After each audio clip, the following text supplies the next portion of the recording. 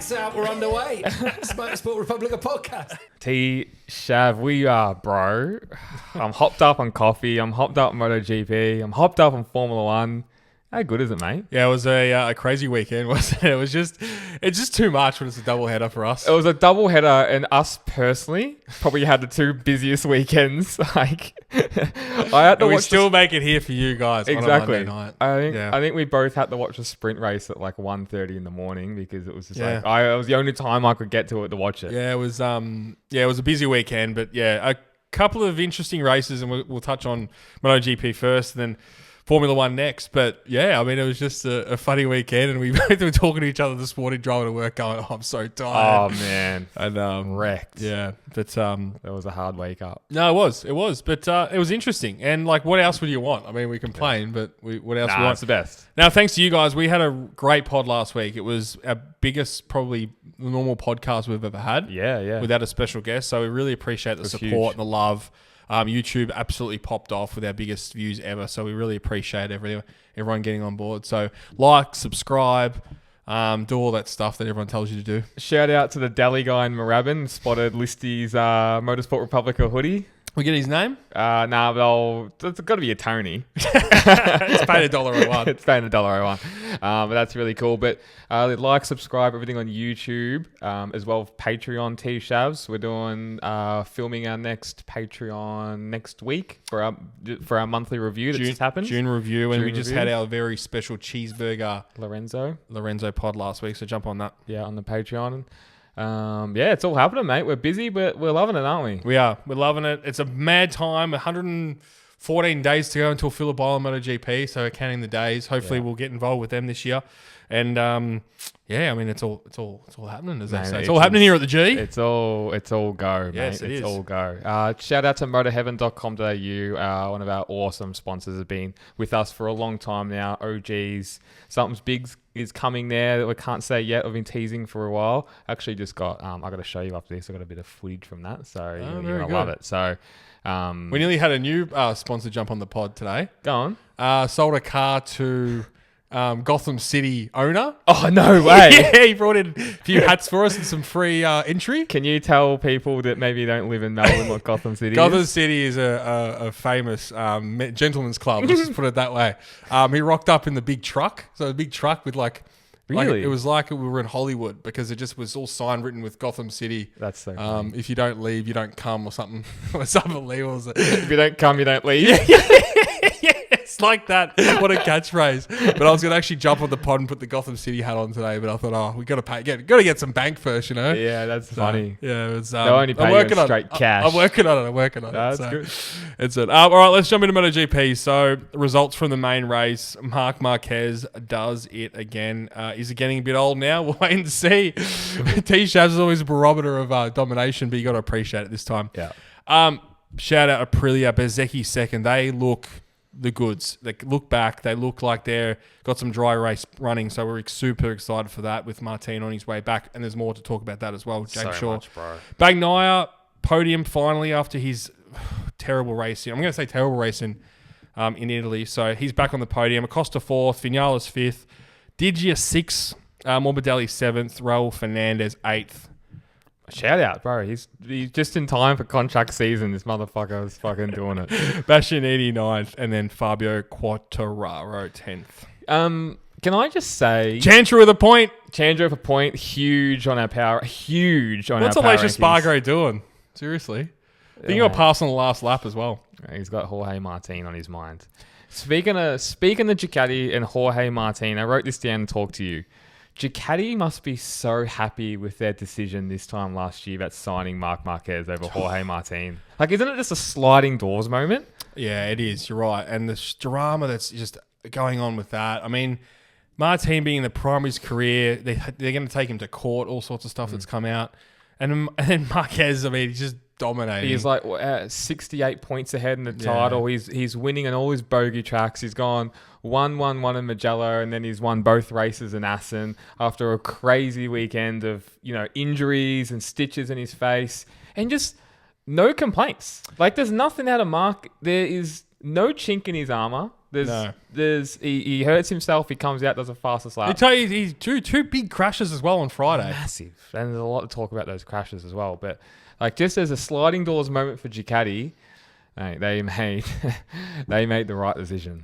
And when you look at the results, you looked at Bezzecchi 0.6 behind Marquez, but Marquez had that much up his sleeve and so much left in the tank. He dominated that race. I mean, the stats don't show it, and but just leading out the front and then just dominated in the end. But isn't it funny? It's like he starts from fourth, not his best qualifying, but he's just so dialed in on that first lap. Like the first corner, he's up to second in both races. He's dialed in at the start. He's the best on worn tyres at the end. Fastest lap with 3 laps to go.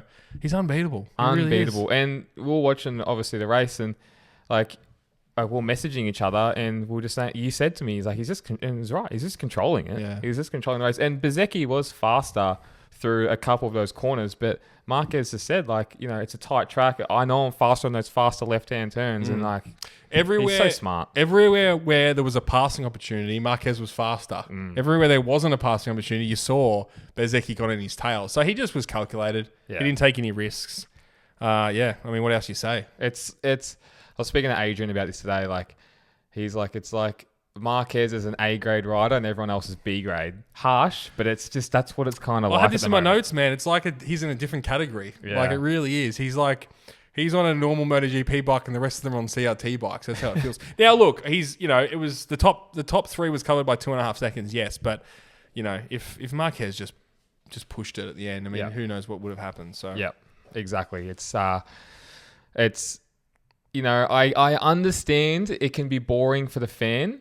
I get that. But what we're witnessing coming out of his injury woes, out of Honda, with the sliding doors moment of Jorge Martin, and now like his brother racing with him and just completely and utterly dominating, is you just have to give it to this guy that he has no pain threshold, and he has to be one of the biggest competitors in sports history. Like, he hates losing. Like, it just doesn't seem like losing is an option for him. Well, it's the biggest white line fever, isn't it? Yeah. That he puts that helmet on and he's just an animal. And he's been like that since he was, 18 years old, 20 years old when he came into the Premier class. I mean, winning a world championship in 2013, his rookie season, it's just unheard of. It just wouldn't happen. It wouldn't happen these days. It wouldn't. I don't think so. And you just can't. No one's just got the hunger that Marc Marquez has. That's all it is Marc Marquez is so much more hungry to win, whether it's hurting himself or punting someone else. I've always said, if Marc Marquez had to punt his grandma off to win a world title, he's going to do it. He's going to do it. And well, you see that with Alex as well. Him fighting Alex. He doesn't, there's some talk around the chat. There's some chatter that, he might go a bit easier or vice versa. But Marc puts it up the inside when he wants to against Alex. And there's some tough moves there. Yeah, for sure. Well, talking about that, did you see what he came out and said? Please tell me I saved this. We're just on that, Alex. There's some closely looking at the footage, and I had Neil Hodgson actually really went over it. And Acosta's bike actually wedged the front brake of Alex Marquez's, locked the front brake. Because I'm like, how did that happen? Like, it was just a puff of smoke. Yep. It was like Romano Fedati in San Marino all those years ago. It was. And just a heavy hit. I mean, 250 kilometers an hour on the left hand, grabbing the front brake. I mean, broken hand. Will he make it back to Germany? The reports are saying he will. Yeah, but he will. Like they said in the commentary, it's left. At least so it's not the throttle hand. It'd be worse if it was a throttle hand. Good point. Yeah. Like it's a tough track, obviously, because it's all left. But at least it's not the throttle hand. Like that's always one good thing. But they'll jab him up. They're fucking another level. These guys. Did you write it down? Well, I did, but I accidentally deleted it. But I remember what he said. Because he's like, I was pissed off of the media. I was pissed off with he's like, mechanics were coming to me and they were saying Alex isn't pushing as hard with me as other riders. And then like he's almost getting a free run at it. And he's like, it's not like that. Like we all want to beat each other. Alex is representing Gresini, he's representing Ducati, he's representing his sponsors.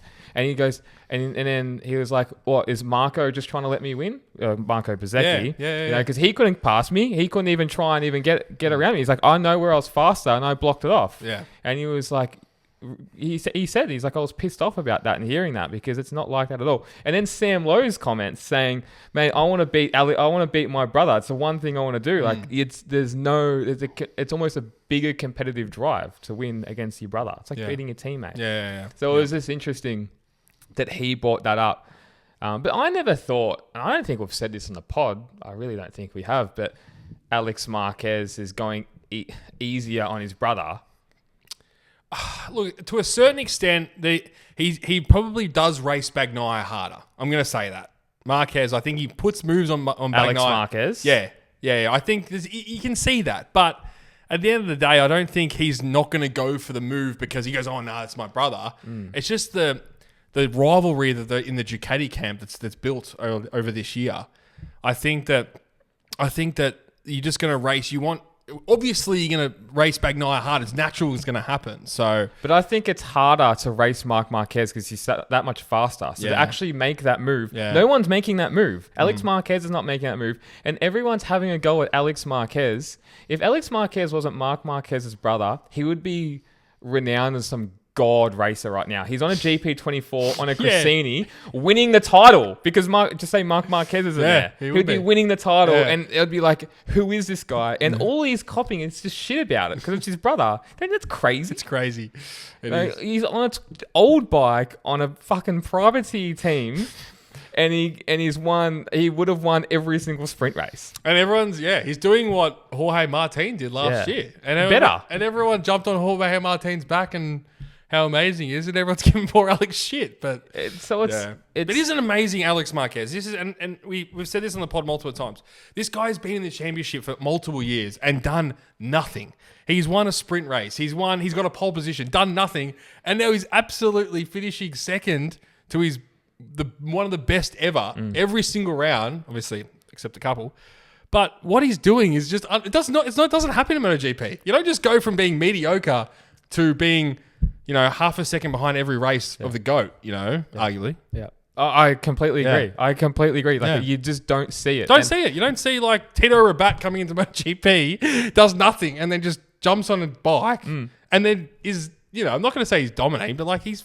If you're right, if Marquez was not there, he'd be winning the championship by 45 points or something. Like it's crazy. It's insane, and like I just feel like the poor guy is still not getting his credit. You look at all our tips, Alex Marquez is always top 3 for us. Yeah, except I sometimes put him 4th and then cop grief, but I put him 4th last week. You'll cop grief no matter what. Yeah. But sometimes you got to chuck someone in there. You know what? I was disappointing with Didja. I had him. He looked so fast in the sprint as well. And I said to you on Friday, I was like, oh, fuck, I'm spewing we didn't put Bezzecchi, and you agreed because it made sense. His first podium was there. He's got pace there. The Aprilia is coming back up. It seems to be a good, solid bike. I mean, even Raul Fernandez finishing 8th. I mean, that's fantastic. He's doing awesome. Raul Fernandez is somehow finding form. This is exactly what's going to happen, Raul Fernandez. He's going to get all these 8th places, 10th places. I'll sign him for another 2-year contract. and then for another year and a half, he's going to do sweet F4 and then he'll start getting 6th places. How often does it happen? Bro, how often does it happen? It's amazing. I don't know. But to finish 8th, modern day MotoGP with 6 Dukes on the grid, obviously 2 of them crashed out, but you got to finish. You got to finish. But for him to get 8th spot, even the top 10, is a really good thing because his rookie teammate Igura came in all guns blazing, finishing 5th in Thailand. But for me, he hasn't done much in the last few races. So he got unlucky that race. I'm pretty sure he got pushed out or taken out. Yeah, I mean he's doing really good. Igura, props to him. He got top 10 last week. Should have been a top 10 this week. He's doing amazing. Yeah, he got pushed out at the start. Yeah, but for a rookie, amazing, correct. But had such an amazing start to the year. Like, whoa, who's this wonder kid? And then for Raul to if we give him shit on a weekly basis, for him to come back and he's done some solid results. So kudos to him. Kudos. Do you know who's another kudos? And I think we've actually had people message us this. Putting people on Fraud Watch actually gives them a kick up the arse. They must watch it. They must see it. Banyai sees it. Bezzecchi saw it. And he's now finishing on the podium. Yeah. Winning races. And legitimately, like a legitimate 2nd place just behind Marc Marquez. Yeah. That's arguably almost a better race. That's actually arguably a better race than Silverstone. Yeah, it's a good point. Yep. Well, it's like I said with Zarco. He won at Le Mans, but the next race he finished second, and it was arguably a better race. Yeah, for sure. Commented from Zarko as well on that one. Yeah, true. Getting around it, boys, the MotoGPs. Give us a follow, you buddy. Yeah, well, we had a follow from Rins, but I think we might have given him shit about hobbling around the paddock or something, unfollowed us, remember? In Thailand. Within 6 hours. And we shook his hand saying, thanks for the follow. And he looked at us like dinner plates in his eyes. Like, oh, shit. It's a Republica effect, isn't it? Yeah, it goes both ways. So, Tommy, anyway, I've been looking at getting a new helmet. Okay, right you are. A replica helmet. Okay. So I'm looking at either like a Marquez, Shoei, Rossi AGV, or controversially like a Nakagami Arai. What do you think? Well, I think Nakagami Arai might not be a bad idea because they'd have to build them strong. Repeat hits throughout the whole weekend. That's right. Where would you find something like that? Mate, motoheaven.com.au. They have all the helmet brands that you want. They've got all the racing suits, jackets, big brands, HJC, Shoei, Dainese, Alps. Mate, they have everything. How good's that? That is so good. And I heard there's free delivery over $150 as well. Free delivery over $150. Super fast dispatch, which is amazing all around the country. They do an excellent job. You just check out their Google reviews. It's like all 5 stars. It's pretty amazing. They do a great job. Give the people the website. motoheaven.com.au. Check them out. They are the best in the business for all your motorcycle needs. And they've got a parts finder. You can get all the parts you want. Brake discs, chains, sprockets, spark plugs. I know that's all gobbledygook to you, Tom, but... they are the best in the business. Head down to motoheaven.com.au and they will look after you.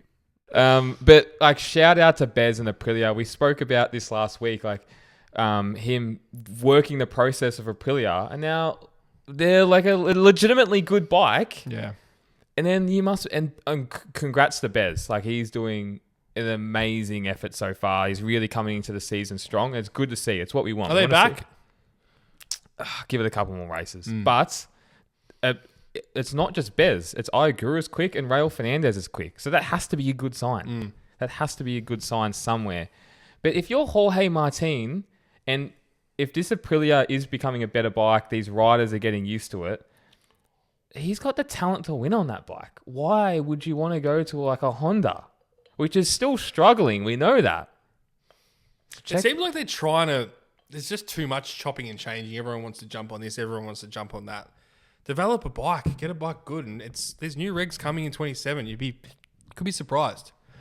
I both think we still that the Ducati will still be winning in 27. But these Japanese manufacturers have to catch up.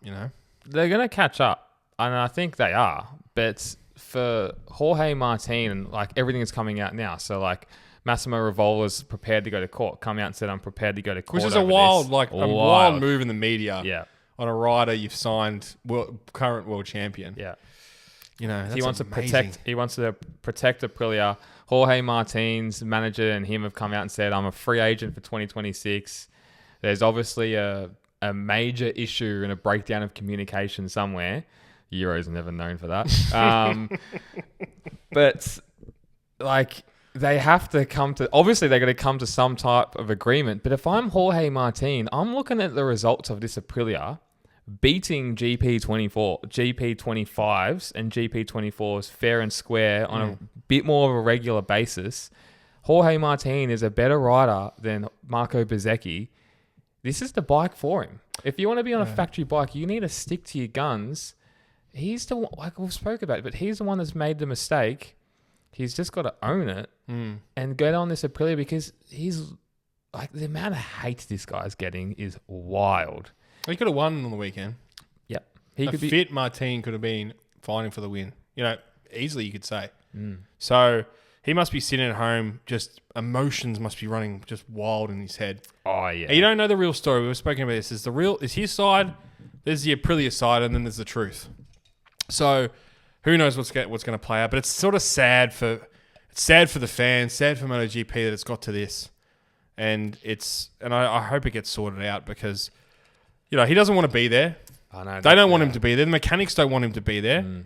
The Italians at home, the Aprilia fans don't want him to be there now either. So I think he's lost a lot of fans. oh yeah. I mean, I was a fan. I mean, Yeah, same. it's the way he's going to come back from this is going to be the big telling part. But let's just see how he controls the situation and see what happens. But I still think he's got.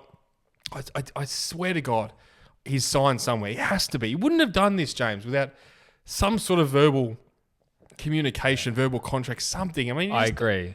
He's in the prime of his career, number one plate, and he's come out and said, "I'm a free agent for next year." What if anyone wants to put their hand up? I agree. You're having a year out on your prime of your career. It's Honda. Has to be. They can do it, and they're going to pay him money. But is this guy here to win titles or make money? Because it sounds like he's just there then to make money. Because this Aprilia, you can win a title on, you can win races on, and he's already a world champion and can win races on that bike. He just hasn't given it a go. Like he's going to go to Honda, and he could potentially just not even win races next year. Then what's going to happen? I know. It's 2 wasted years. I mean, in the prime of your career, it's sad because he's such a talent. And you said it a couple of weeks ago, the best in the world on one lap pace, best in the world, best in the world. And this current MotoGP era is you have to be up the front of the grid to win a race. So, yeah, look, I hope we see him in an Aprilia competitive bike, injury-free. I mean, let's see what he can do. Does it even just say he goes to Aprilia next year and just say he's top 3? Aren't you still a bit burnt by that? Because I am. Well, it's how he conducts himself over the next year and a half is where his legacy will be. I've never seen anything like this in motorsport. Yeah, it's a wild, and like there'll be instances in the past where it's happened, but the current world champion of the category goes to a new team and then leaves halfway through. I mean, it would have happened in Formula One in the 70s and the 80s, but nothing in modern day. And like it's the 70s and 80s. There was a handshake agreement and a couple packs of Marlboros and on their way. Yeah, and there was no media. Like, there was no leaking of media back then. Yeah. I mean, to a certain extent, there was a little bit. But, like, nowadays, Martin says something to the press at 5 o'clock. We can see it in Australia at 5:05. Yeah, exactly. Back then, you had to read a newspaper a year later or something. It's a bit different. Now, we thanked our fans at the start of the pod, James. You have to thank the fans at Assen. 200,000 they had over the weekend. 2 MCGs. At the Colosseum. What do they call the Colosseum? The Cathedral of Speed. Oh, God. Cathedral of Speed. I mean, what a racetrack. Would you say that last chicane going into those last left-handers into that stadium section has to be one of the most beautiful parts of a racetrack in the world? Yeah. It's just I love else. that dip, that right-handed dip leading onto that. Yeah. It's a very unusual corner where you don't see the bikes like that a lot anywhere in the world. Did you see Fermin Aldeguer get it sideways through there? He had it speedway. Yeah, I saw Fermin Aldeguer nearly get killed by Mir in the race as well, trying to do the same thing. That was lucky. No one's talking about that. Mir went full pelt into Aldeguer's bike and missed him by about a meter. Yeah. And that's scary stuff. Yeah. That's scary stuff. They didn't show the replay of that. Yeah.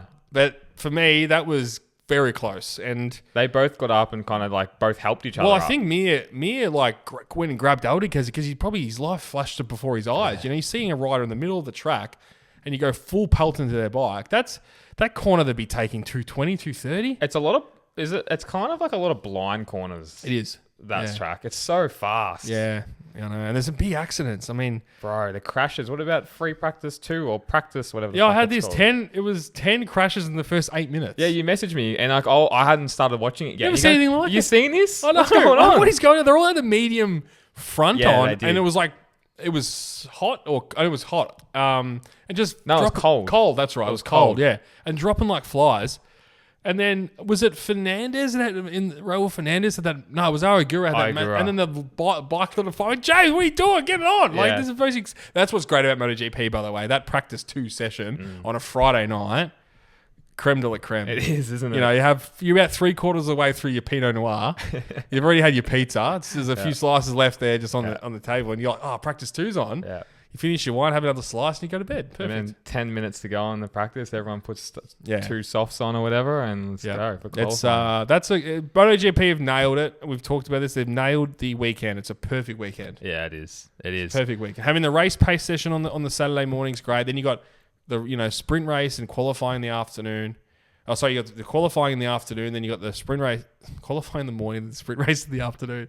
It's just, great weekend. And it only would work for MotoGP. It really would. It wouldn't work for Formula One because having a sprint race every week, I think it'd be too oversaturated of racing for that category. And like F1's already an hour and a half, 2 hour race. Last night was a quick race, 10-minute delay. Thank fuck it was. I know, 10-minute delay, and they finished at 12:40. So an hour 28, an hour 27 race. And Silverstone this weekend's even going to be even faster. And Silverstone this weekend for our Australian fans on the East Coast on midnight, not 11 p.m. It's always an hour later for Silverstone. Yeah, it is for England. Yeah, it's very crazy. Hey, what about special liveries? Yeah, that R7 livery. Yeah, it looked all right. Didn't do much good in the race, though, did it? Didn't know where they were. Because I couldn't tell what bike it was, but that's fine. Just put it on for race day. Don't let the fans get used to it through the weekend. Just put it on for the race and then have no idea who's who. It was fantastic. Couldn't see Quartararo. Didn't know it was a Yamaha. Didn't know anything. We got so many messages. Oh. T-Shav, special livery. Yeah. What's his thoughts? Well, I'm telling you, no one knew where Quartararo was in the race because he was like 6th or 7th for the first corner. Couldn't see him. Don't know what it was. Bro. Let the fans get used to it through the whole weekend. Put it on at the start of the weekend. Ridiculous. Bro, Listy's lists, mate. Listy's list, special livery, bang, Yamaha listen. They go, I want to top this list. Yeah, I know. They hear Listy. So 70th anniversary of Yamaha in the championship or Yamaha full stop or... I don't know, bro. Okay. And then 100 years of the Assen TT. Yeah, which they didn't do anything for. Did nothing. So they had the little blondie with the nice... Well, what was the go of that? Look, the Dutch are strange. They are. They are very strange. They like clogs. And the thing is, camera pans on people. They all look exactly the same. Don't they? If you're 60, you look 60, you look exactly the same. Yeah. It's amazing. It is incredible. They all look exactly the same. And it's like 200,000 Max Verstappen's in the stand. Yeah, there was. And they love music, live music, bars. Like Eurovision, that sort of stuff. And that's what it was. I didn't have a problem with it. We had a lot of negative feedback. At least they're trying something. No, what was weird, what I didn't like is they had all those guys dressed in black. Yes. Yeah. But it took away... More women. We need more women. There was way too many dudes. I don't want that many dudes. But it took away from like the pre-race build-up. Because it was only footage of that. There wasn't like, you're normally looking at the riders on the grids. Matthew Burt's talking about the pre-race build-up, what's happened. They didn't have any of that because of that weird singing thing. Burt's talking over the singing. Yeah, it was like they didn't know what was typical MotoGP. They didn't know what was going on. That was like beyond the flag or that behind the flag crap that they After the flag, poor production that was. But I liked it. I the blondie I liked. Yes, and at least it's bringing something different. But it was just strange. Yeah. Shook me all night long from that was AC/DC. Just do it. What a strange song to sing. So strange. So strange. Of all the songs in all the world, you choose AC/DC. You shook me all night long. They just needed to do the national anthem. Yeah. She nailed that. Yep. And just move on. It's another thing about the commentary, and I said this to you. They do a fantastic job, and we'll get onto the F1 commentary later, but they just needed, that was an amazing first 15 laps of that MotoGP race. You had the top 7 within, a few seconds, but it was just a run-of-the-mill sort of a commentary. I needed something a little bit more from Birdie. Yeah, I don't know. I don't agree with that. Yeah, we had this conversation. I'm like, I don't know. I just felt flat. Maybe I myself, after that big weekend, I was still like, cool. I just needed something to get me going. Needed a bit of a whip up my ass, and I wasn't getting it. I think that might be the case, but maybe I'm wrong. But I don't know what the people at home think, but commentators should be there to explain the situation, to add a little bit of tense, this might happen, this might happen. It was sort of just a little bit of run of the mill for me, but I was maybe a little bit harsh. Harsh. I'll give you that. That's harsh. Yeah. I thought they're still good. It's just, but the thing is as well, is there were 7 bikes going for it. There was a lot of passing, but also wasn't a lot of passing. You're right. Yeah, you're right. It was a controlled race. I mean, it is a very difficult track to pass. Like, you've got that first turn, 90-degree right-handers for MotoGP is just a block pass or nothing. Yeah. It's really hard just to send it up the inside without, fucking both races, to lack of a better term, because it's all block pass central, and you're losing time doing that as well. Yeah, definitely. Yeah. And you saw that in Moto 2, which we'll touch on shortly, with Moreira and Aaron Canet. It was just Moreira just didn't want to go anywhere, just didn't want to make the pass until 2 laps to go. Smart. Yeah, it was a really good race. So, Pedro Acosta has had a couple good races. What do you make of that? Yeah, it's been good, really good. And Vinales as well. I mean, they're the top 5, so great for KTM. I mean, them and Aprilia now are sort of fighting for that. Who's the second best bike?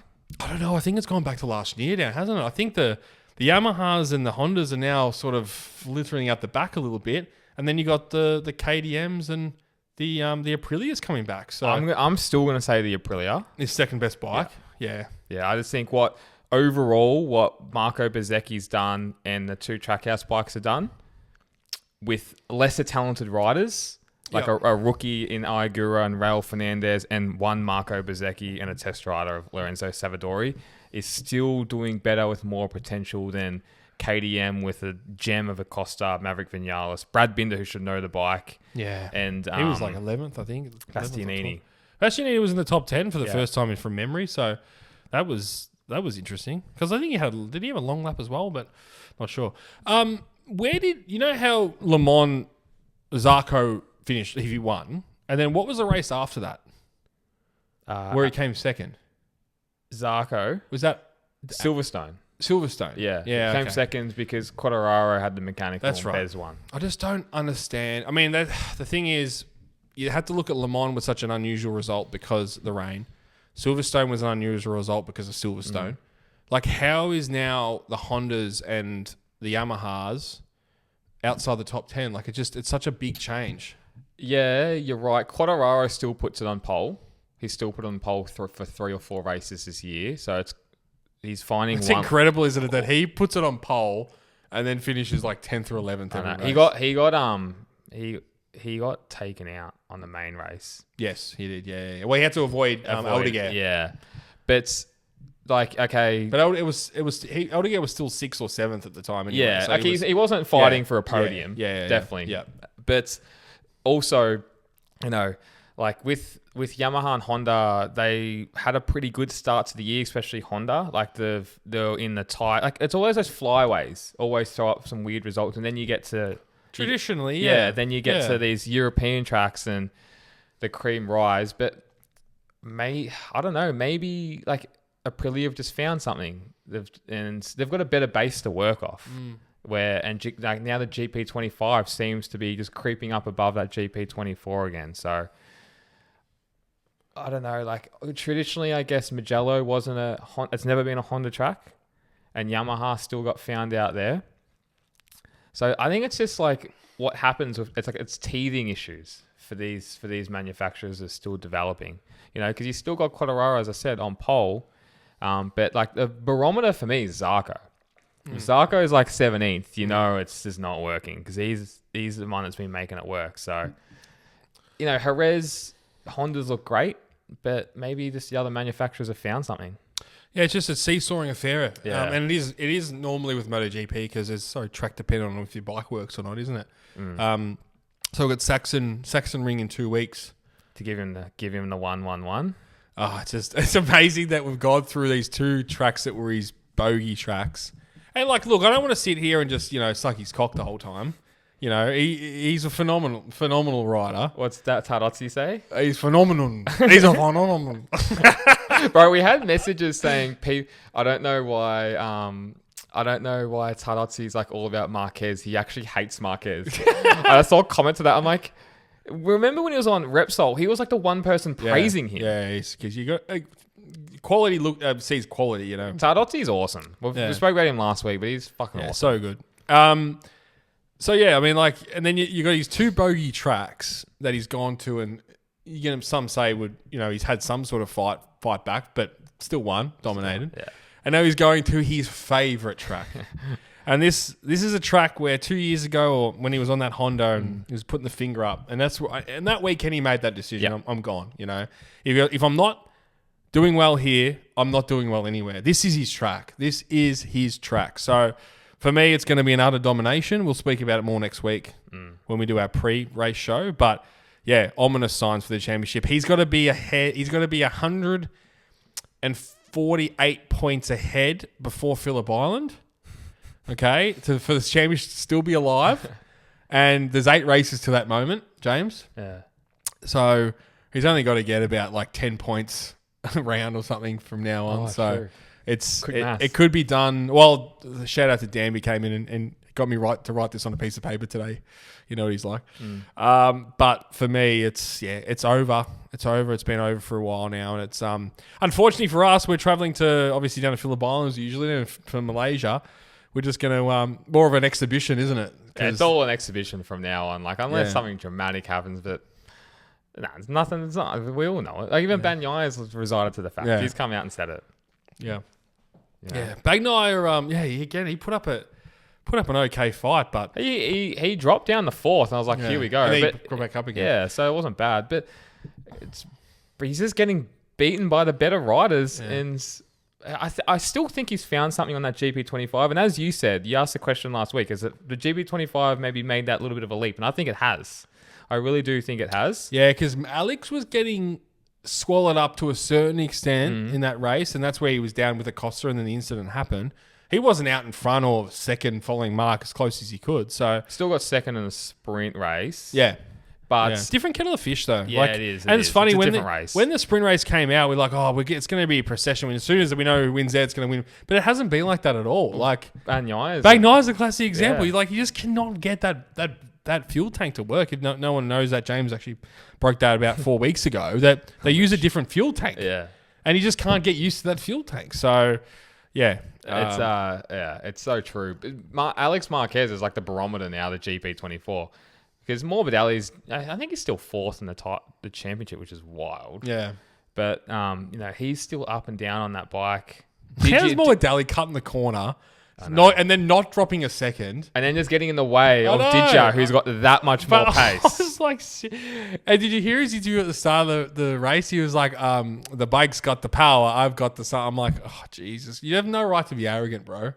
Just get the job done. You got the bike, you've got the talent.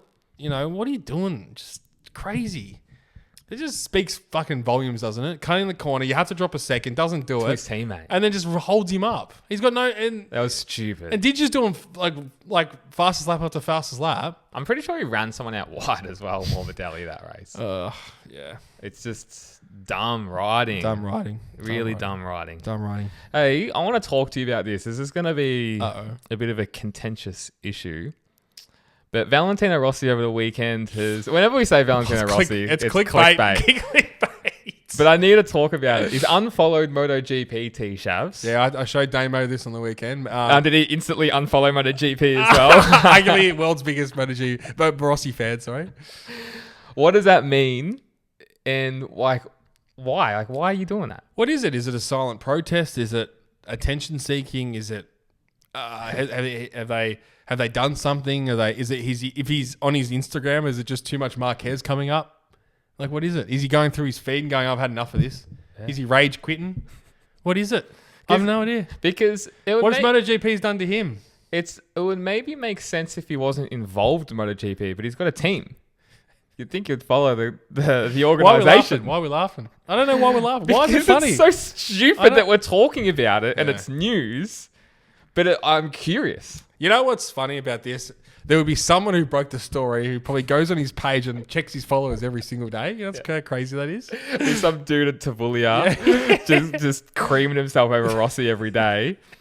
He goes, I know. He's unfollowed. But I would love to know what it means. It is amazing the comments that we get on our page about Rossi and Marquez. It's forever going to be a thing, isn't it? Okay, well, this is my second thing.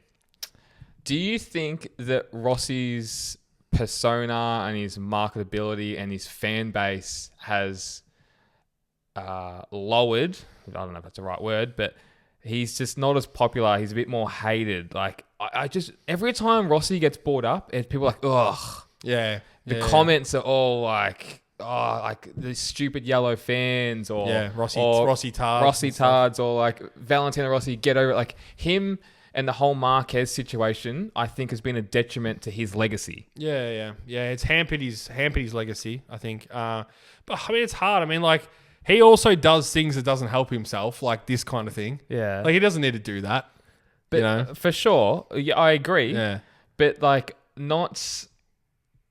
I think just being from not speaking about the Marquez situation also speaks volumes. So never bringing it up, never talking about It's it. louder than actually just talking about it. Yeah. Man, you know what, Rossi, I know he's already got bank, but he does like a sold out show, Rod Laver Arena, everywhere in the world. My story. Yeah. Valentino Rossi, my story on stage. $1,000 tickets.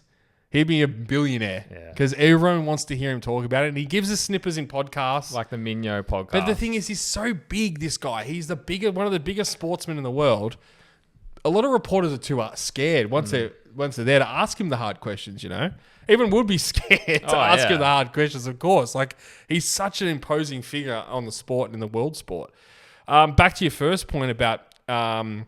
his career probably hampered his career that he stayed in the MotoGP paddock for probably 2 to 3 years too long. But you don't know. He's probably had so many things happen to him with the Simoncellis, and that's all he's done his whole life. I mean, it's hard just to walk away.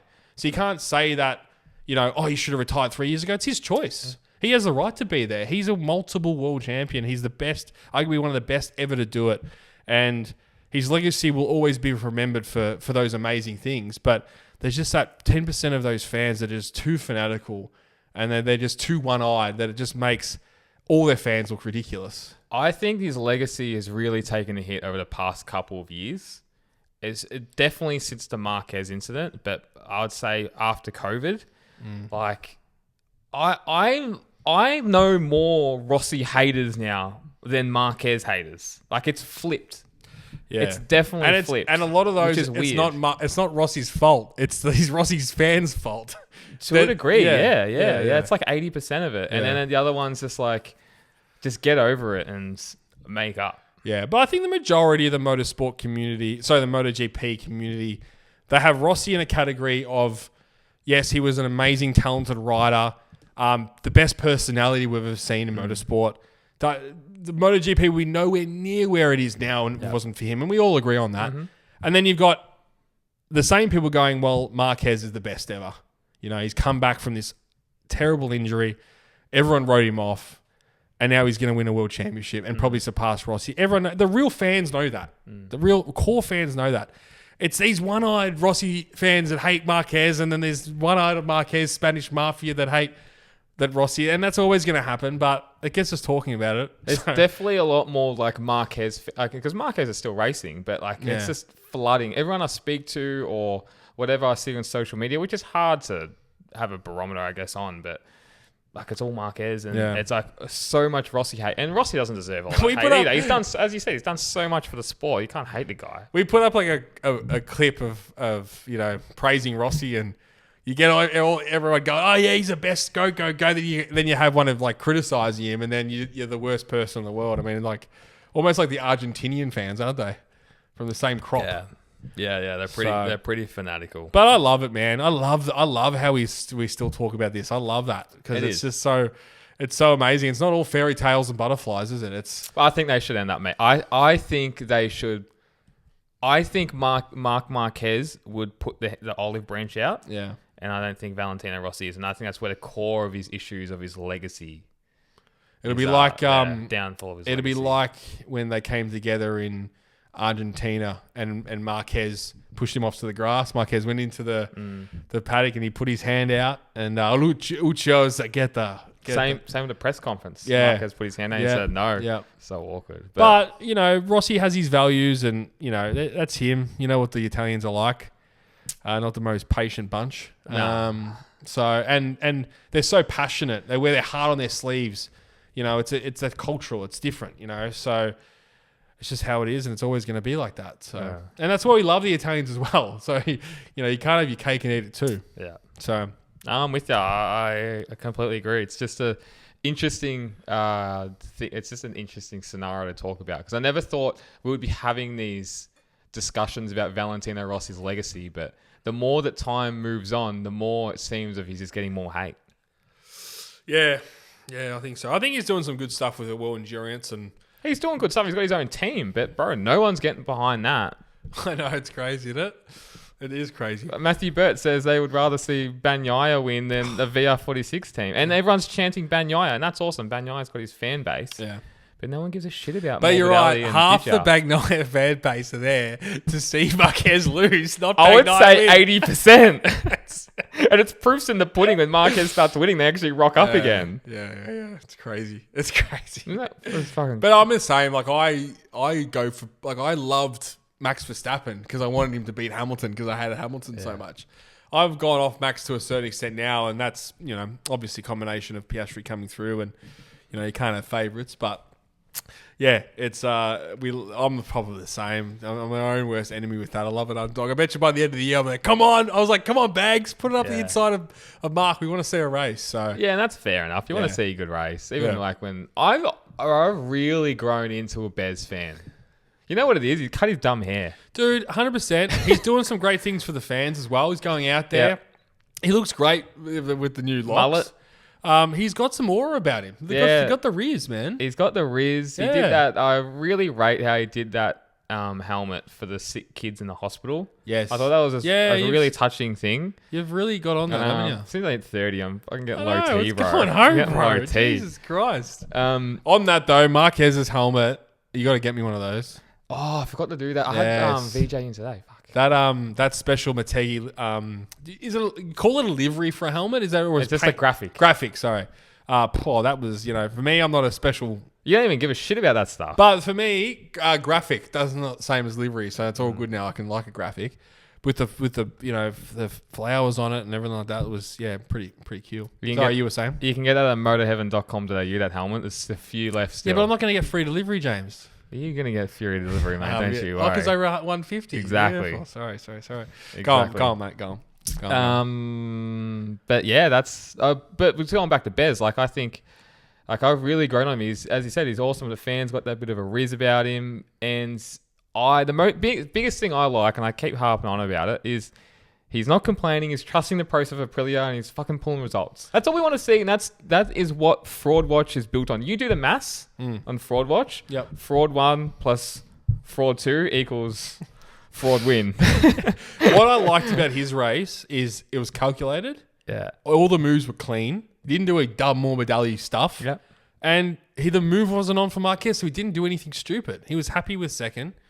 I mean, and as a racing driver, we all know that's not their forte, but they needed that. They needed a nice dry podium, and a normal racetrack, when the results weren't all skewed. Yeah. They're back. Competitive field. And you got to think about this, they've got hundreds of staff back at the factory and at the track, and there's so many people involved. You just want to see progress. And when you're got the media saying we're going to sue you, and you would disobey the contract, and I don't want to ride for this team, it's the best settler is results. Sure. It's like in the car industry where I work in. The saying is you can do whatever the fuck you want, but as long as you sell cars, it's all good. It's all good.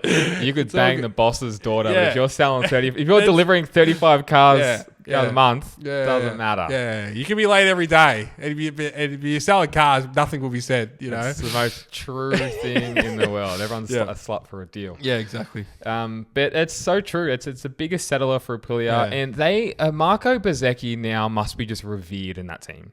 Yeah, and it's flicked. It's flicked since Martin made that decision. He's just gone, you know what? He's thrown the team on his back and said, it's my time. Yeah. He was finishing 16th, 17th, crashing. And then ever since then, he's just fucking put his heart on the line and gone for it. And good on him. Fuck yeah. It's so good. That's our performance of the week. Marco Bezzecchi. We're fans, mate. We were harsh. We were rightly harsh. But look at the results now. But this is not the thing with the Fraud Watch. It's not a negative, Alex, Vinales. It's not a negative. Yeah, we're trying to get you better. Yeah. So, all right. Moto 2 time, Jimmy boy. Yeah, mate. Moreira, first Brazilian Moto 2 winner in the Grand Prix class. How exciting is that, eh? Since Ayrton Senna. Also a Moto 2 winner back in the day. Sounds about right. Amazing race from him. Aaron Canet, bridesmaid as always. Yeah. So go through the results. I'll tell you something funny about that. What did you think? might know. What did you think of the race?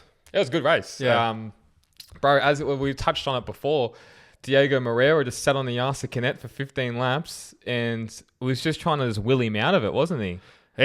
Moreira's going to be a big deal coming into next year with the Brazilian Grand Prix coming up. I mean, it's perfect timing. That's just a home run for Dorna, isn't it? So talk about Brazilians, like their neighboring countries. Oh, we're gonna get so much hate if we get Argentinian listeners, but Argentinian fans are so much shitter than the Brazilian fans. Yeah. Brazilian fans are amazing. It's amazing, and you think their culture's the same, but it's probably completely different.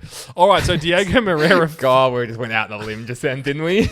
Diego Moreira first, Aaron Canet bridesmaid second, Manu Gonzalez third. He just fucked himself at the start, didn't he? Because he had great pace. I don't know what happened. Jake Dixon fourth. This is the most amazing thing about Moto2, James, is the Jake Dixons and the Joe Roberts of the world. They can be 17th and 18th and then be in the top 5. Doesn't make sense. Doesn't make sense. So yeah, Joe Roberts 5th, Marcos Ramirez 6th, Albert Arena 7th, Alonso Lopez 8th, our boy Senna Aegis 9th, Bob Fave, and Danny Holgado 10th. Yeah, true. But yeah, it's interesting all round because Manu Gonzalez had the pace, winning pace, but just got caught up at the start, and you see it so much. Just qualifying starts so important. But like he qualified half right, he just sunk like a stone. Yeah. For the first like 5 laps, he just couldn't pass anyone, and then obviously I don't know, the fuel load helped the tires, whatever it is, and he came through the field with awesome pace, but it was just way too far behind Canet and Moreira by the end. I think it was 2 seconds off. Like, but he was catching 4/10 a lap. Yeah, it's amazing. Like, Tony Arbolito finishes 13th, and the commentators are like, "Oh, he's made a turn for the better." Like, you finished 13th. You were only winning the championship 2 years ago. Like, he's just crashed and burned. I mean, there's a lot of riders like that at the moment. Like, harsh. It's a hard. Moto2 was almost more cutthroat than anything else. I know. It is. Yeah, but it was a bit of a crash fest as well, wasn't it? Yeah, there was. David Alonso went down, which sucks. But like, awesome for Moreira to get that win over Canet. And the thing with Moreira and Canet, they had a war of words. The past, and Canet was like, "I'm your daddy" or something, and you're my son. Or I don't know what it was. That never's gonna end well, is it? You just, I don't know. Especially being Canet, who always gets bridesmaid anyway. Like, I get what you're trying to do. Just keep your mouth shut. They had a running in with. At Silverstone as well, didn't they? Yeah. They were both 1 and 2, and then when Senna went through and won. Yeah. So, but he's got some talent. This Diego Moreira kid, he's fucking quick, man, and it's good to see different nationality up there. It's great to see a Brazilian. Yeah. Perfect timing, as you said, for the Brazilian GP next year. He's got some serious pace. I love it. It's good to see. All right, Moto3. Jose Antonio Rueda first. He's locked in for the championship, isn't he? Would you say he's got that MotoGP look t-shirts? He does. Yeah, he does. David Munoz second. The most Italian Argentinian name. Valentin Peroni third. Speaking of Argentinians, and shout out to Fusport Boots. He runs Fusport on the podium. That's correct. Yeah. Is that their How many Moto3 riders run Fus? Peroni. Sunday's Moto2. Cormac Buchanan. Yeah, our boy, yep. That's all I know. Sasaki and Huertas in Moto2. I'm sure there's another one in Moto3. They're a bloody awesome boot. There'll be more jumping on soon, I reckon. Yeah. Alvaro Carpe. My pronunciation hasn't been very good tonight. Alvaro Carpe 4th. Angel Piqueras 5th. David Almanza 6th. Scotty Ogden 7th. Well done, Scotty. Dennis Foggia 8th, old boy. Calso 9th, our boy. Thanks. Keep fighting, mate. You bloody get back up there, eh? Yeah. Always in the front group. And then, James. Marcos. That's a new one. Marcos Urinati. Uruate. Marcos Uruate. Yeah, geez, that's a first for me. So if you're European listening to this with this dumb Australian accent, it would be so funny. And then Rulestone 12th. Anya Jacob. Bro, the wild crash at the end. Yes. Luca Lunetta. Yes. Red flags it. Yeah. Gets run over by like his chest. Yes. That was scary. He's all right though, I think. I haven't heard anything. So not declared unfit or anything. So yeah, that's bad match fitness. Yeah, definitely. Again, like a very small portion of our listeners would understand that joke. But the ones who do will love it. Willie Nelson appreciate that. Yeah, Willie Nelson. He's got some great one-liners. But yeah, again, another wild race. I missed half it, to be honest. So I was cooking dinner and had people over. So I was trying to. I had like seriously, Kane on the other other end of the table. Kane's Big red there. machine. Kane's there. Big red machine. Brothers of Destruction. My eyes are actually. I'm talking to him. My eyes on the TV behind him. He's like, Tommy, if you want to put the shout on, mate, it's all good. Put the shout on. I said, He's the nicest guy. I would let you do that. And Mel's like, Steve, stop fucking watching the fucking TV with people. I said, oh, no worries. And then like, Did you tell him it's work? yeah, You're I working. said it's work. I said I had to. And Mel's too privy now. She's like, oh, it's only the babies. You don't need to watch that. I said, that's the most important thing, you know? So, but yeah. That's so funny. It was a wild race anyway. Max Quiles, bro, he's fourth in the championship and he's raced like 4 or 5 rounds. Wild. Because he's just been racking up points. Oh, no, sorry. I should say that. I think he was fourth in the championship before he crashed on the live points. Okay, gotcha. Oh, okay, right, okay. I thought maybe that might be the case. But in any way, bro, the kid, They found another one, haven't they? he's going to win the title next year. I can fucking give you that. Yeah, Give you that one for free. It'd be odds on favourite, definitely. He's just got so much talent and so much pace. They're just so much faster, James. And like when you're in a pack that's all so even, and there's this one guy that always, I mean, it doesn't happen every year, but there's this one guy you can see on the brakes, out of the corners, with 1 lap to go. I mean, you saw with David Alonso, just turns it on. They just make the right move at the right time. Don't they? And they just aggressive enough when they need to. It's like you on the dance floor back in the day. Yeah. Pretty aggressive, you reckon? Right move at the right time. Yeah. You know what I'm saying?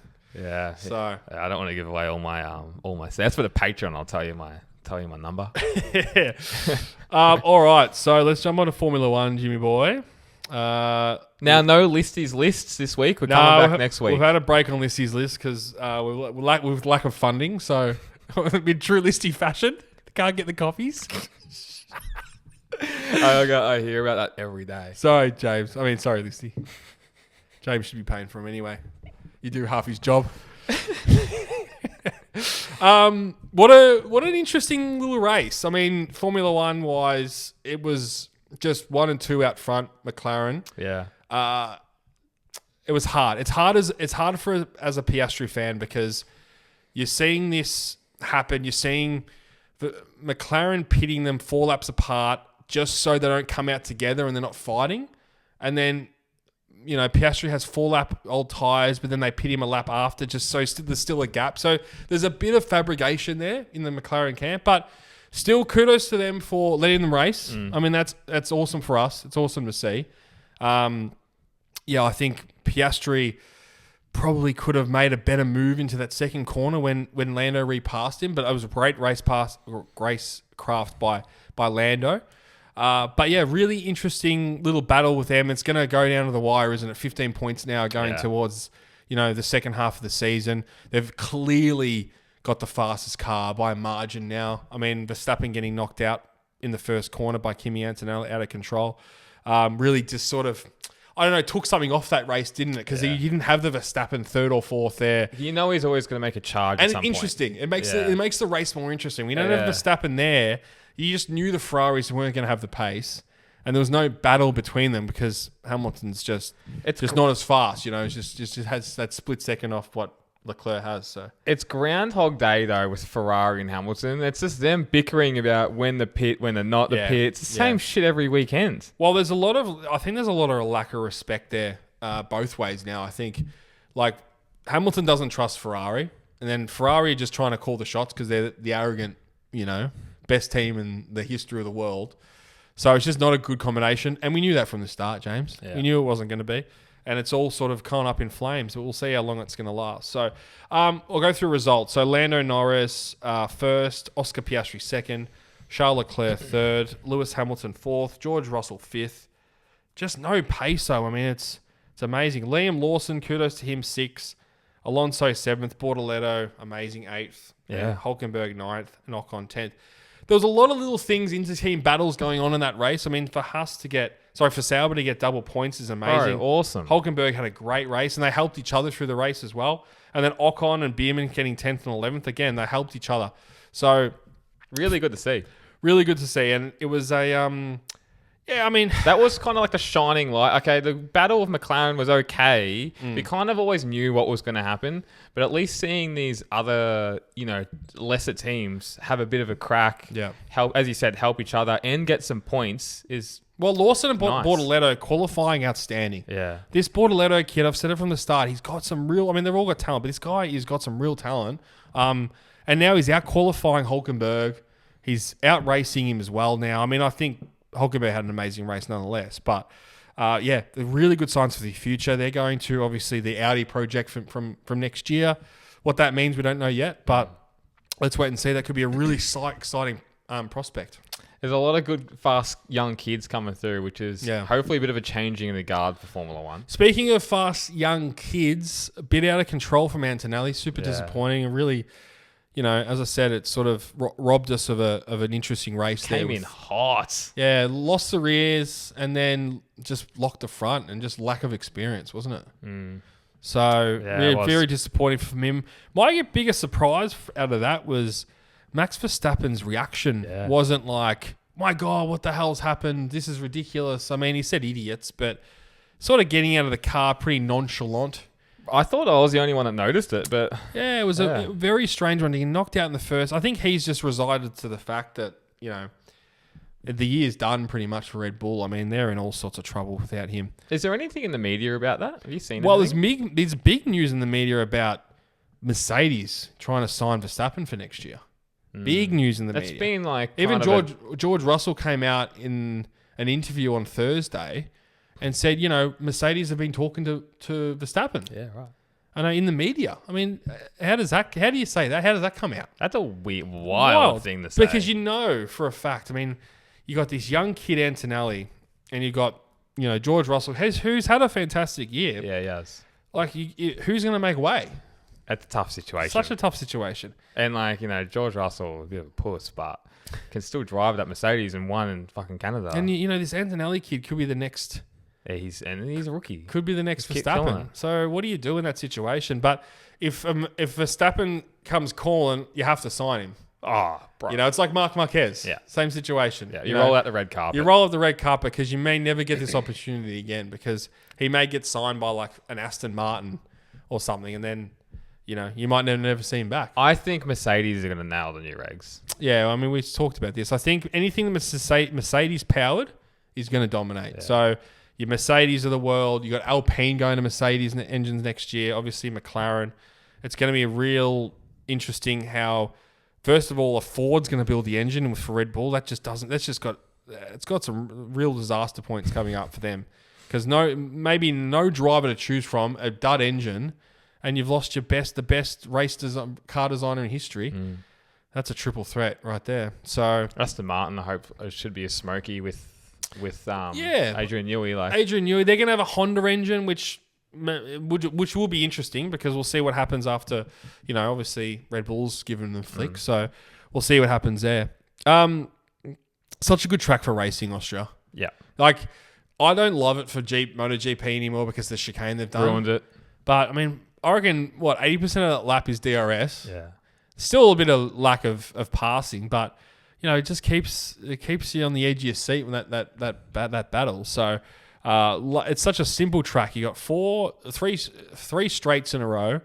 You got a couple of hairpins, a couple of fast right-handers, and just makes such a great racetrack. Yeah. It's like Sao Paulo, like just a simple racetrack, just done so well. Doesn't have to be overly complicated. Just works. It works perfect for Formula 1. And grass. Yeah. And they've got runoff, but they've put a sand trap in the middle of the runoff now. So if you run wide, you're in the marble. So it's a perfect thing, like what they've done. So one day something's big's going to happen. Something's going to go through that sand trap and flip. But wait and see what happens with that. One of those F2 cars flips. They did, yeah. That was weird. It was just punged up on one of the wheels and away you go. So good funny photo. Bit how you going. Colapinto dumb. Yeah, look, it's hard. I mean, you're racing hard for the move. You know Piastri's behind you. He's just coming out of the pits, so there may be a bit of an excuse there. But he didn't see him, so, I mean, it's hard. It's a bit of a stroll moment. But it's just, it's amazing that an all-star driver wouldn't make that mistake. So Yeah, that's true. it's And there's a lot of eyeballs on Colapinto. dude, he and came in Alpine. and he was going so good when he came in, and like he had a couple of crashes, and it's amazing. Once you have that first crash, your confidence just gets dent. Alpine, bro. I'm telling you. Yeah, Something about that team. French. Talked about it. yeah. Well, the same situation happened in the early 2000s, and then they built this amazing car in 05 and won the championship. Flavio Briatore. It could happen again. We don't. Yeah, that's true. Give you that. Yeah. On Formula One and their fans, I was talking to Bridges' neighbour. Carla. Yep. That's going to freak her out if she listens to this. Carla, what are you doing? That's so funny. And she's a Formula One fan. Been a Formula One fan for years. Oh, even like Pre-DTS. pre-DTS. Yes. Okay, well, I'm listening. I questioned it. I'm listening. I questioned it. Yeah. Husband's is Italian, Ferrari, 2 daughters. Yeah. And she's McLaren, Lando fan. She goes to her daughters because we're all talking. She's like, and they're 8 and 5, and they go, I'm a Red Bull Max fan and a Mercedes George Russell fan, No way. and they're all into it. That's so good. Isn't that just crazy where it's gone to? Do you know where they get up on like a Monday morning to watch it, or do they? They watch. I don't know, but I know she was staying up to watch like all the practices even at like 2 in the morning. No way. Yeah. That's so cool. Love Yeah. that. It's amazing the way the sport's changing. I'll get on this after we talk if we finish F1, but I saw the F1 movie on Saturday night. There's a lot of people wanting to know my thoughts. But I'm sitting there with Damo, world's biggest Rossi fan. We're at the movies, holding hands. And I'm sitting here thinking, Damo, 5 years ago, 7 years ago, you went to work, no one watched F1. You met someone who knew about F1 and you were just, flat out talking to him. And now we got a cinema full of people watching a Formula One movie. And the people in there, young girls, old, like elderly couples, and like everyone from all walks of life. It's just incredible what it's done. Like, because yes, the racing is exciting, but it's still like an hour and a half of not a lot happening compared to some other sports. Like, AFL, you got shit happening all the time. Soccer's another story. MotoGP, action-packed 40 minutes. I mean, it's amazing that it can capture these kind of people to sit down and watch it for an hour and a half, because it's not a quick thing. It's all driven on personality, pardon the pun. Yeah, it's incredible. And they're saying this F1 movie is going to bring a whole another new fan base to the sport. Ticket sales even going to be harder to get.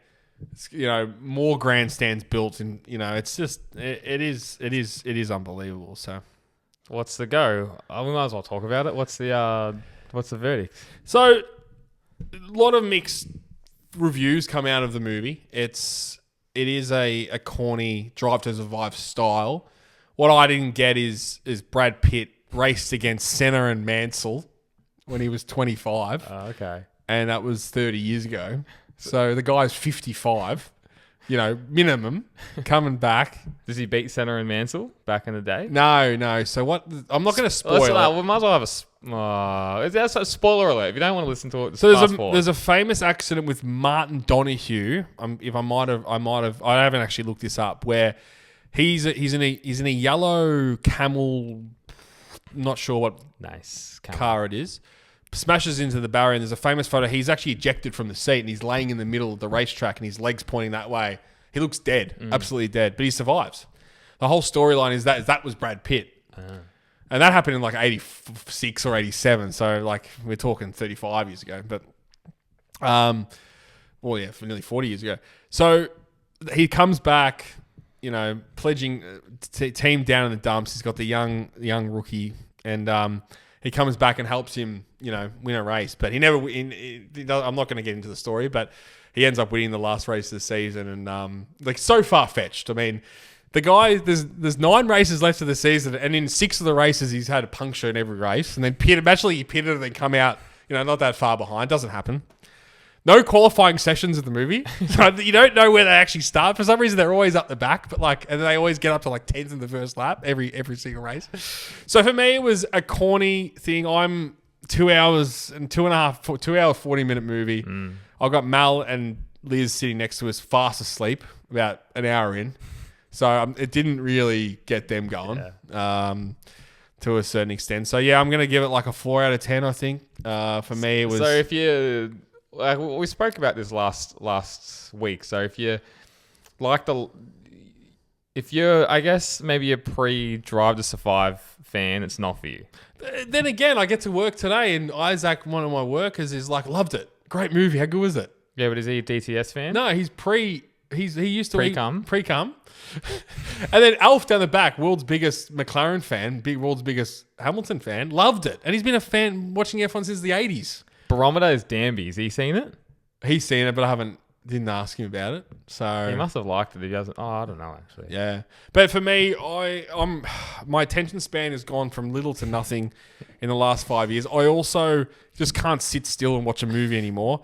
But in saying that, every movie in the last 5 years that have come out, it's about real life events and like bands, Queen, Elvis Presley, the Bob Dylan film, those sort of things. Loved it.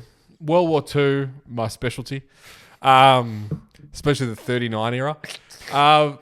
That's my jam. But watching something that hasn't happened that's fiction, I can't read fiction either. It's hard to read fiction, when I'm reading a book. So for me, it's just not my cup of tea. But there's definitely people out there that enjoyed it and will enjoy it. But there's a lot of hate because there's not enough women representation there. Okay. There's the team principal's woman. No, that doesn't happen in Formula One. The other driver's black. Yeah, that happens. We know that. The other team owner, he's black, Spanish and black. Spanish and black. He hooks up with the aero lady. That she's a woman. Yeah. There's heaps. So that's ridiculous. There was so much multicultural feminineness in there that there was enough. Couldn't have been any more. It would have been even more cornier. Yeah. So no, I don't accept that. I like it. I'm with you. All they needed like someone in a wheelchair or something that would just ticked all the boxes. They needed a Frank Williams in there.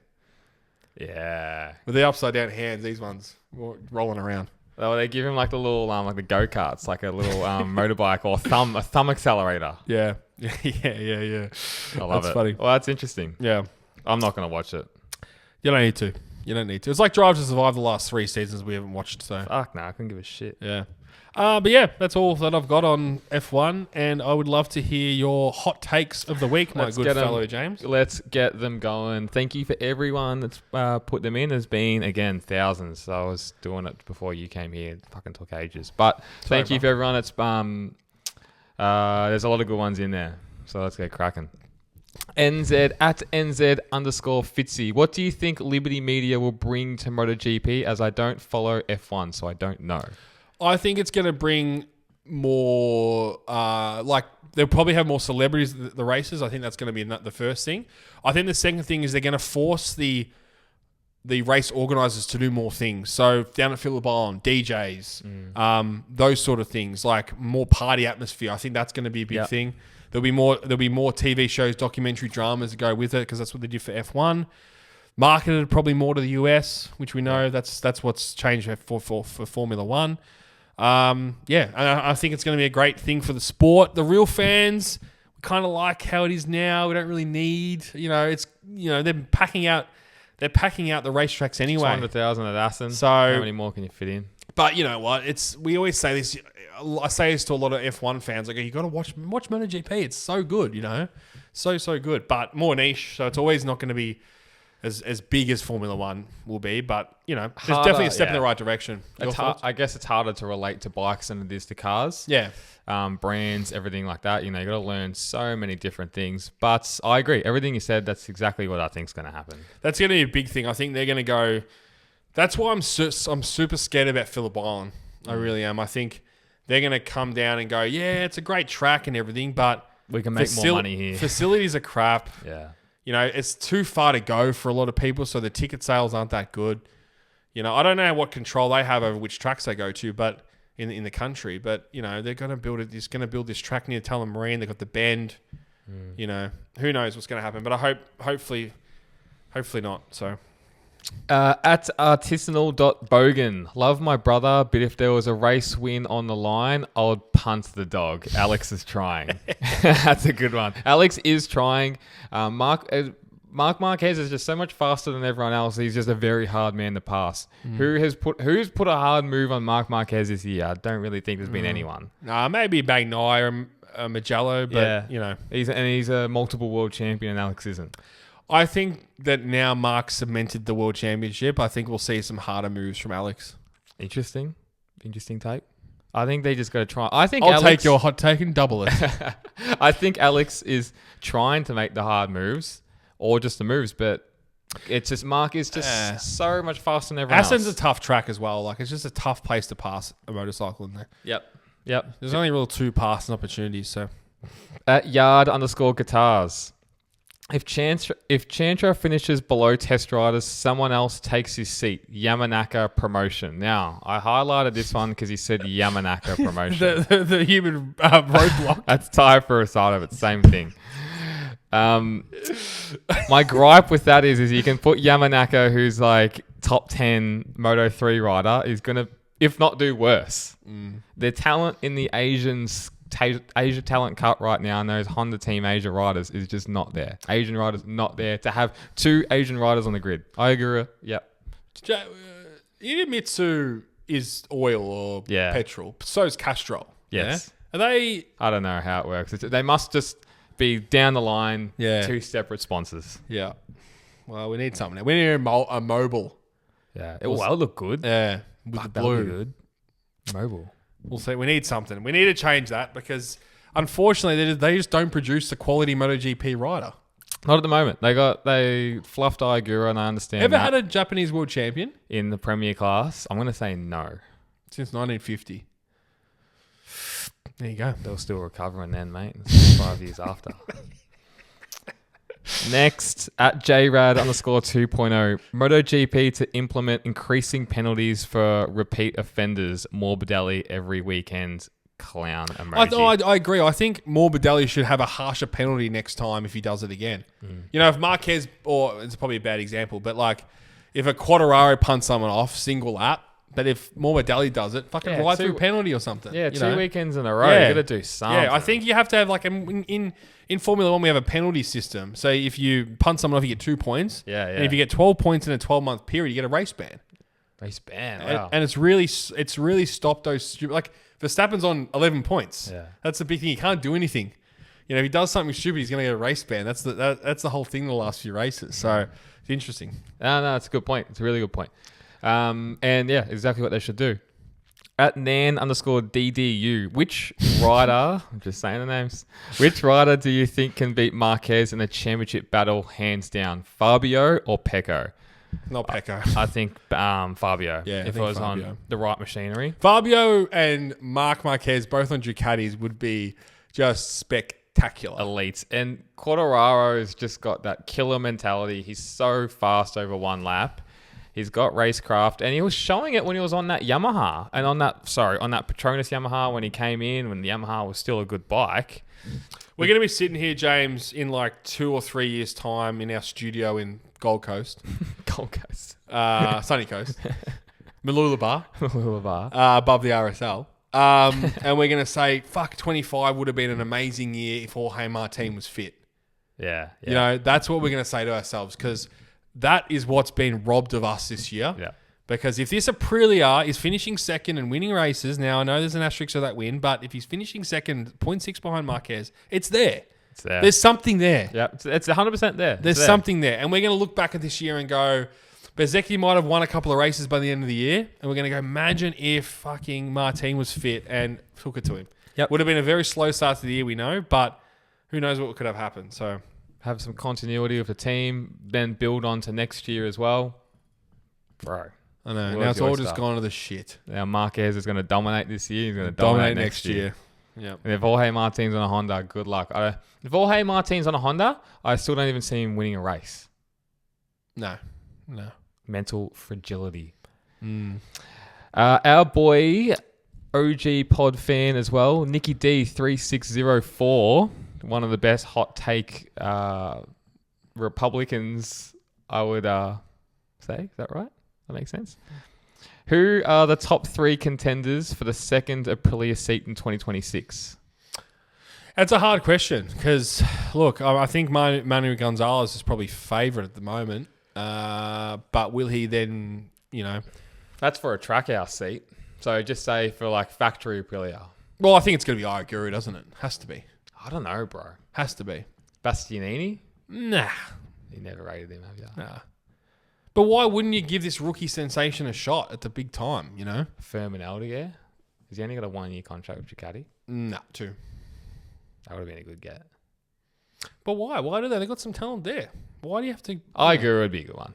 Iaguru would be awesome. I think it'd be good to reward Bro, him. let's see if Bekazeki, as I said, takes his team to the Wonderland and wins a couple of races, more races this year.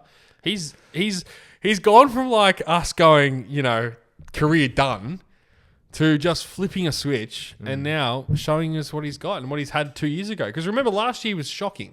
Yeah. Terrible. On a Ducati. And then he's finally showing you the old... I mean, he's only a young bloke, but he's showing us the old him, so... Yep, the potential that he should be showing us, which is what Fraud Watch is all about. Yep. Yeah, probably an Iagura, I guess. I'd love to see like a Bastianini on there. I really think he could ride on the bike, or even like a Pedro Acosta. Yeah. That's a sneaky, actually. That's a fucking sneaky. We've kind of answered this question, but I'll say it anyway. Is at WeFeel46, is Pedro back? I'll wait to see what's going on with KTM. They're still up and down. They're all riding 4 different bikes. No one's still kind of happy, but they seem to be slowly finding something over the last couple of rounds. It's hard to tell, isn't it? Semel Grams, F1 better without commentary. Hopefully this glitch sucks. So he must have put it through as the race was on. Yeah, it's hard, and we didn't actually touch on that, but it's hard. Karun and Harry Benjamin do a pretty good job, but when you've been 15, 20 years listening to the same guy, and it's a reason why you've loved Formula One and got into Formula One, it's just a hard pill to swallow. It happened with Nick Harris when he left MotoGP. I mean, it's just, more seamless transition though, MotoGP. Yeah, I mean, I think Matt Burt, even though I gave him a couple of sticks on the pod before, I think he still does an amazing job. And his voice is so, I'm going to say, calming, and, it's so recognizable. When you're out somewhere and I can hear the F1s on, I can hear the MotoGP on. Like, that's when you know it's good commentary. Huge knowledge as well. Yeah. I was a hard listen, unfortunately. And they messed up the names of Antonelli and George Russell. Yes. That first incident. It's always hard to change, and like what they do is still amazing. Like, you got to give them that. But it's just a harder listen. It's interesting. I listened to a pod with Matt Hill, who's a very famous Australian race caller, but he also does some AFL commentary, and he mucks up a name or something in a AFL match, and he's driving home, even though he's had an amazing call. He goes, "Oh fuck!" And he thinks about it for days. Yeah, that's wild. And it's probably the same with what happened. Oh my god, George Russell's gone into the back of Verstappen. Because I'm like, oh my god, yes, because they already are so. Yeah. I mean, this is on. How good is this? And it's Antonelli. You're like, no, seriously, so disappointing. But it's probably a good thing that didn't happen, because that would just cause actually, it's a bad thing for us, but it would have been crazy if that happened. So correct. At Poogie_89. Poogs. Brad Binder won't be at KTM in the 850 era, and I highly agree with that. 850s, isn't it? I would say 800s. It's 850s. Yeah, that's a good call. He's struggling, bro. KTM, he's and what they're doing with this KTM as well. I've actually forgot to speak about this in my notes. Is they're listening to Naya Bastianini, they're listening to Pedro Acosta, and they're listening to Maverick Vinales. They're trying to make this bike more rideable, more stable in the corners. Yes. Brad Binder and Jack Miller are always sideways going in the corners. It's not working. Yeah, and that's not helping Brad. They went down the wrong development route with those two riders. Yeah, it's a good point. So I think Brad Binder is going to have to at least change his riding styles, but his head's going to be on a chopping block very soon, unfortunately. At Yukio __. Oh, no. More after parties at PI. Hey, yes, 100%. 100%. Oh, one of the boys got in touch, and it was a bloody awesome night that Sunday night, Phillip Island. I was cooked because I was so sick, but a few Guinnesses and a couple of Belvederes, and bloody hell, I was back, wasn't I? You were back in a big way. Can't keep me down. Cheeseburger. Yeah. At Lukey Cabba, is Fraud Watch actually a blessing, and will Motorsport Republica get a public apology from Mav? We definitely. Well, for Bez, I think he should be congratulating us. We should be on his bike or something. Well, we were on his bike, weren't we? True. Kinda. Kinda. That's fair. Yeah. Patrick _ Sigvarsen. Somkiat to last the season? ? Better off with Garcia on the bike, who obviously got dropped. Sergio Garcia will be faster than Somkiat Chantra on a MotoGP bike right now. Yeah. And isn't that and he just got dropped from Moto 2. I don't know what happened to Alicia Spargo. I mean, he was deplorable, wasn't he? 49 seconds behind the leader, and I know the Honda's no good around there, but he passed by Somkiat Chantra. I mean, I know he's only a test rider, but bloody hell, that's the low of the lows, isn't it? Yeah, it is. The Sam lows. He might be like just trying to develop for 45 He's probably on minutes. some like experimental chassis or something. Yeah, and, exactly. And like was like 4 seconds a lap slower, and they knew Correct. that, but then he still just got beaten by Chantra. Exactly. 50 seconds behind the leader. 50 seconds. He's going to get lapped at Sachsenring. Short track as well. When's the last time a rider's actually been lapped? That'd be a great call. Like, because I thought Somkiat Chantra did get lapped at one point. No. Nah, it's been a long time. Yeah. If I'm not, I'm obviously wrong. It was like 2-stroke areas to get laps. Yeah, right. Yeah, it's a great that'd be great. We'll talk about that next week. Find it out. Last one. Also, I want to know when the last time someone's had a puncher on a MotoGP bike. Whoa. That never happens. After the F1 movie, I'm like, oh, punctures are on my mind. I'm going to say, for some reason, I think it's happened to Quartararo at some point in his career. Everything's happened to him. The leathers have gone loose, and bloody chains come off. it's because Tom's not bloody. You got the amateur helping him out. He's a little attendee. You know, he's a little. No, he's boyfriend. not good enough. Well, you should get a professional in there. You're in high school, mate. It's a problem. Hey, come on, bruv. You're a Ucho. MotoGP rider. I'll be kicking everyone out, and I'll be fucking doing the tires and shit for you. Don't you worry. I'm getting a free ride, bro. That'd be the best job in the world, wouldn't it? Oh yeah, 100%. No stress of the riding, but just all the lifestyle. Yeah. And probably gets paid. I mean, you'd be get paid something. And I'll whisper sweet things into your ear if your bike breaks down on you. You're the best, bro. Don't let anyone tell you anything different. Is he his manager as well? Nah, probably not. Yeah, I don't know. That's the sports management.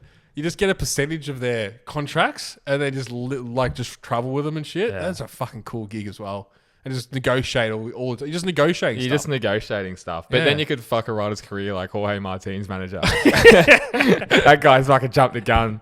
He's fucking jumped the gun. Remember that Spanish guy? He's fucking get him off. Get him off. Get him off. Get Vincent off. He just wants a paycheck, bro. He's getting Yeah. paid off a $2.5 million deal or $10 million Yes. deal off HRC. He's actually fucking him over. Yeah. You know, imagine if something comes out of that. That'll be fucking called right here. It would have happened in the world before. Oh, bro, it happens all He's the gone, time. oh yeah, sign here, sign here, because I get fucking 10%. Exactly. Yeah. He's getting a monster payday It's true. from his guy. And now, Quadraro's manager signing with Yamaha. Yeah. 12 mil. Yep. Exactly. So- So there's something in that. Money, it always leads back to money. People are greedy, man. People are greedy. Fucking oath they are. Last one, our boy at Willie Nels. If Pecco doesn't win in Assen, this is before Assen. I like this one. Pecco doesn't win in Assen, laser that tat off, and he's on fraud watch. That was good. Yeah, it was good. Looks like he's lasering that tat off. Not yet, but time will tell. Time will tell. So laser it off. You're done. You're done. You're done. Nah, he's good. We love him. We're done, mate. We're done, mate. That's another very successful episode. Thanks all the listeners. We yapped on again for an hour and a half. How long are we going for? An hour and a half, yeah. Hey, it's like clockwork, isn't it? James and I can have 40 things to talk about or 2 things to talk about. It'll still be an hour and a half. It doesn't make any sense. Doesn't make any sense. But we love you guys. Thanks so much for listening. See you next week. See you next week.